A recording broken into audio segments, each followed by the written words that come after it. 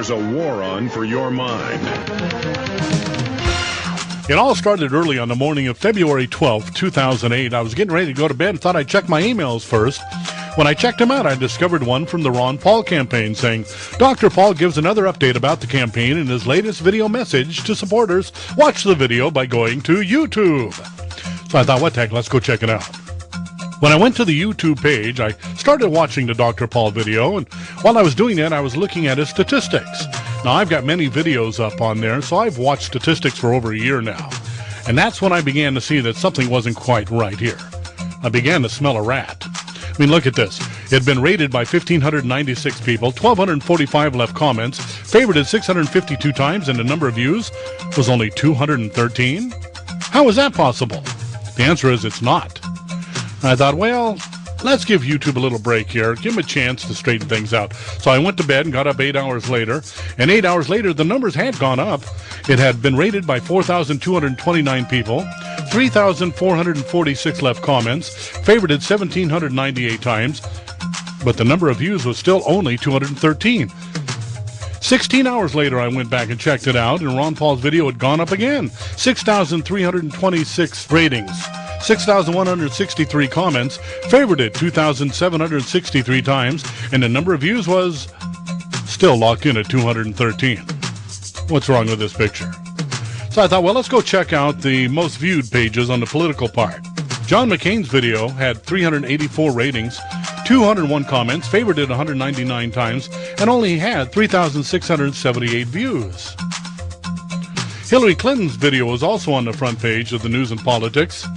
With 127 ratings, comments were blocked, of course, and the views were only 3,280. Now, Ron Paul had more comments than that, yet he was not on the front page. Was Ron Paul's video being kept off the front page? Well, 37 hours later, I went back and checked it out again, and the numbers had jumped up. Ratings, 8,580, 10,851 people left comments, favorited 3,583 times, and the number of views was up to 301,452. Suddenly, it had a huge jump. How could that have happened, YouTube? Unless you did it on purpose. I mean, look at this. The views suddenly jumped from 213 to 301,452. There was only one reason this could happen, and that's YouTube wanted to keep Ron Paul's video off the front page.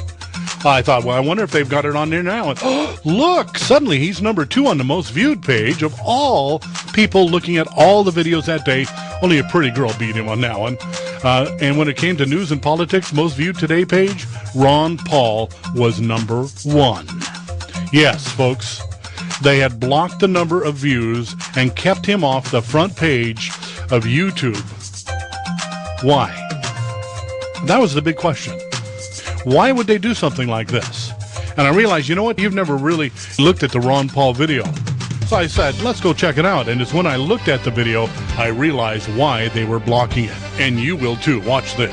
I have to be very positive about what we have achieved in this year, far beyond all my expectations and far beyond the expectations of most of those individuals in the media who wrote us off rather quickly. One reason why we shouldn't write this campaign off is we haven't had a convention, and surprises do occur, and with Romney dropping out, all of a sudden things change.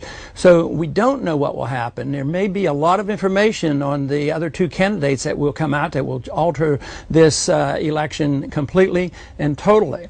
We have to stay in this race and do what we can, adjust on a daily basis, but it will require new supporters and new enthusiasm and new funds coming in, because it is a major task, and it's not like we're just running a small little race. We're running a race to save the country, to change the direction of the country, to preserve our Constitution, to change our foreign policy. So it is an overwhelming task. So therefore, I am delighted that so many of you have stood by and continue to work, and they would like to charge that we are not patriotic, that we're not American, and that the troops don't support us.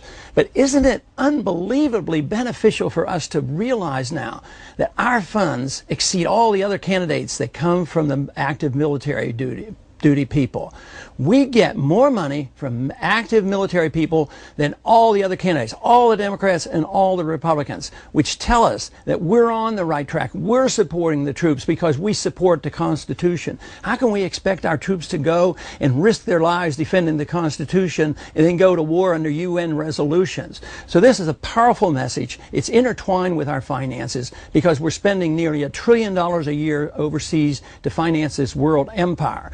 Our responsibility is to bring the Republican Party and this country back to its conservative roots, believe in the Constitution and believe the Constitution is so vital. If we do that, this country can reverse its course. If we don't, the middle class is going to be wiped out. We're going to have runaway inflation, and this war will be endless. And one of the projects I have been working on in my mind and in my head that I want to share with you, because I think we're at this point where we have to do something major. We know the shortcomings of dealing with the major media.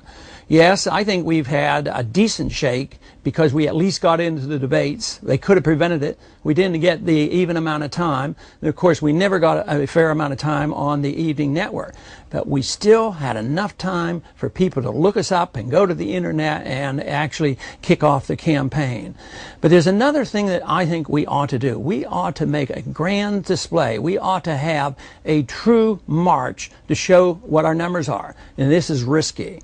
Just as it was rather risky for us to put right on our website as the dollars were coming in, because if the dollars had not come in, we would have had to do what those other candidates did when they pretended they were going to have a money bomb, and they had to remove it rather quickly. But we didn't, because you fulfilled, the requirement and the dedication. The money came in and it became exciting in a game, and the media noticed it. But a march on Washington could do the same thing. It could be very, very valuable. It could send a powerful message where the media can't ignore us. So I'm at a point where I think we have to make a grand stand. We have to stand firm and see where the numbers are and be counted and see if the remnant is there and see how big it is. We can never count the remnant, but we can certainly energize those who have been identified already. So for me, I'm sort of getting excited about this because I have talked with others and they say this is a great idea. And there's been so much good music associated with this campaign. There's no reason in the world why we can't do as well as some others have done in Washington. But we're at the crossroads. If we don't turn it around soon, I kept thinking at the beginning of this campaign we weren't ready, and that's why I was reluctant. But then when I got involved, I found out there were many more than I ever dreamed of. So now we're at a point, and I have been convinced that it is more crucial. But we have to realize exactly where we stand in this particular campaign and at the convention. But it doesn't mean that our voices won't be heard. And if we do this right, and if we really have a grand rally and a grand march, and then there are question marks left with our nominees or potential nominees in September for the convention, then they will know that we can't be ignored.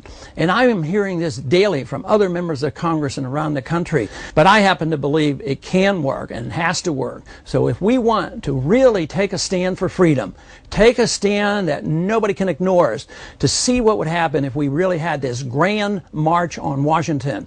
And this would have to be done rather soon. I'm not talking about, in 6 months or a year. I'm talking about rather soon, 3 or 4 months before the convention. So hopefully we can put this all together, and hopefully I can get the enthusiasm from all of you, just as you have given enthusiastic support for this campaign already, both in the volunteer work as well as the fundraising end. So once again, I want to thank you very much for tuning in and paying attention and listening to this update. But there's no reason in the world that we should back off. This is a time to march forward. Thank you for listening.